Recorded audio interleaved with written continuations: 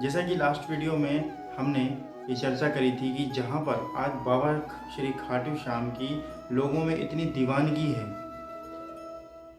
वहीं पर बहुत सारे ऐसे लोग भी हैं जो बाबा श्याम को आज जानते ही नहीं हैं, जो ये जानते ही नहीं हैं कि बाबा श्याम कौन है।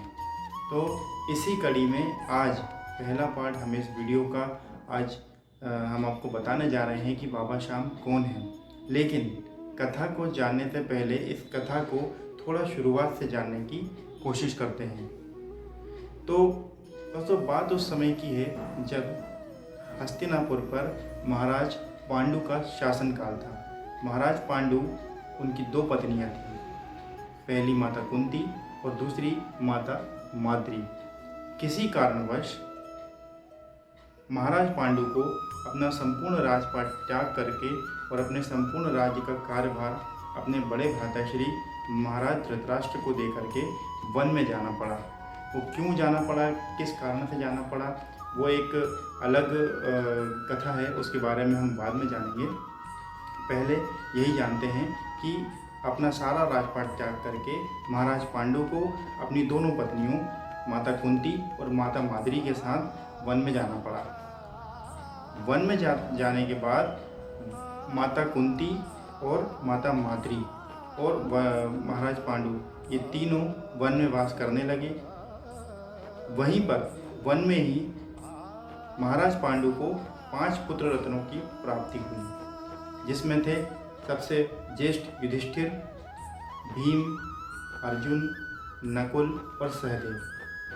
जिनमें से 3 पुत्र युधिष्ठिर, भीम और अर्जुन ये महाराज पांडु को माता कुंती के द्वारा प्राप्त हुए थे, तथा अर्जुन, नकुल और सहदेव ये माता माद्री के द्वारा प्राप्त हुए थे। वन में किसी बीमारी के तहत महाराज पांडु की मृत्यु हो जाती है और उनके अंतिम संस्कार के समय माता माद्री उन्हीं की चिता के साथ सती हो जाती है। तब माता कुंती उन 5 पुत्रों का लालन पालन करने की जिम्मेदारी उठाती है। समय बीतता जाता है, 5 पुत्र वापस हस्तिनापुर आते हैं, माता कुंती भी साथ में आती है और इसके साथ ही आगे बढ़ती जाती है महाभारत की कथा। महाभारत की कथा में मामा शकुनी, दुर्योधन और उनके 100 कौरव भाइयों में पांडवों के प्रति ईर्ष्या, द्वेष और क्रोध की भावनाओं का संचार करते रहते हैं, जिसके कारण कौरव हमेशा पांडवों से घृणा का भाव रखा करते थे। समय आगे बढ़ा।